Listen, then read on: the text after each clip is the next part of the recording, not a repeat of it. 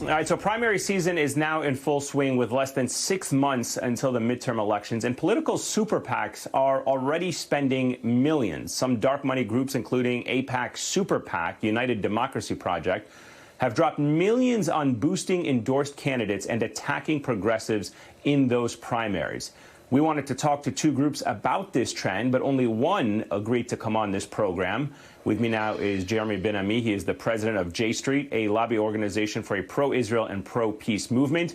We did invite a representative from AIPAC to come on, but that organization did not respond to our requests. Jeremy, thank you so much for making time for us. So from your vantage point, what do you make of this money pouring into these Democratic primary races, and what do you think is fueling it?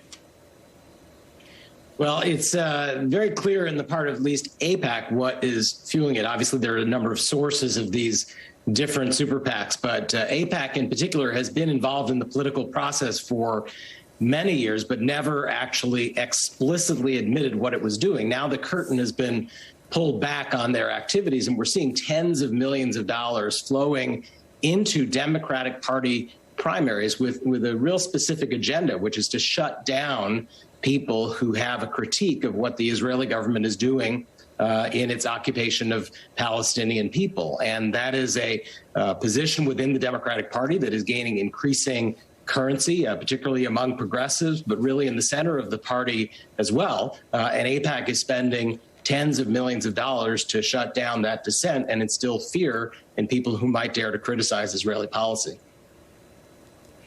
Yeah, and AIPAC is, to your point, backing both Republicans and Democrats right now. And they said in a statement to Politico that AIPAC backs members of both parties as it requires bipartisan support in Congress to adopt legislation that would advance U.S.-Israel relations. What do you think of these kinds of endorsements that are simply based on one single subject, like the U.S.-Israel relationship, regardless of whether Republicans are pro-democracy, pro-American democracy or not? I mean, there were members of Congress who voted to basically overturn our 2020 election. But if they're good for Israel, hey, they're good for AIPAC.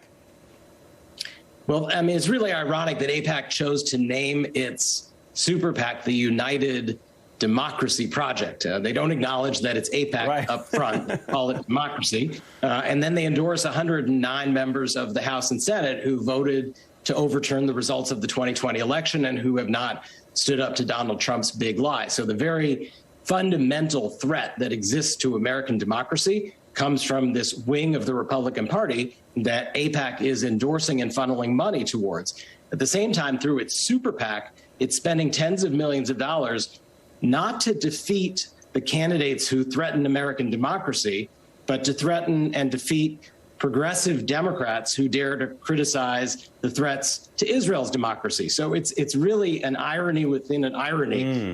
They are focused exclusively on one side of the political equation, and that is doing damage and driving a wedge into the Democratic Party around the issue of Israel. Yet AIPAC has always claimed that its mission is to build bipartisan support for Israel. And this set of activities is undermining that bipartisan support.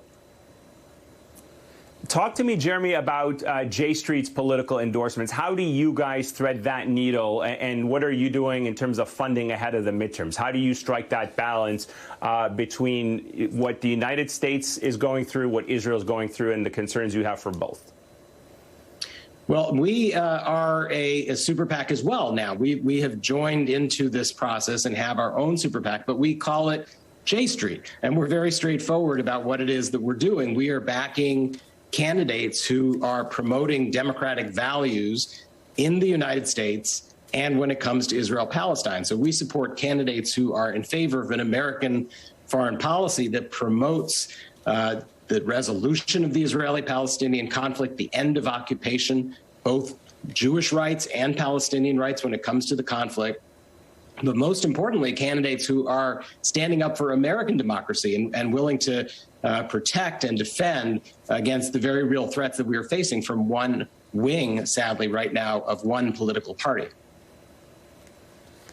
And let me ask you finally, we almost have about 30 seconds. I know it's a very difficult question to ask, but in your general opinion, what do you make of the relationship right now between the U.S. and Israel? Is it back on track after the strained years of the Obama-Netanyahu years?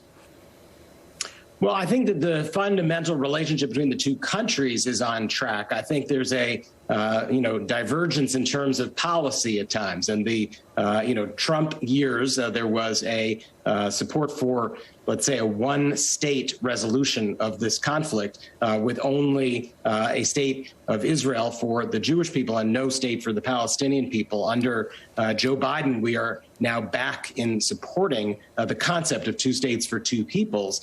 The Israeli government, unfortunately, at this point in time, is not explicitly in favor of a two-state solution. And so I think we still have some policy differences between the two governments.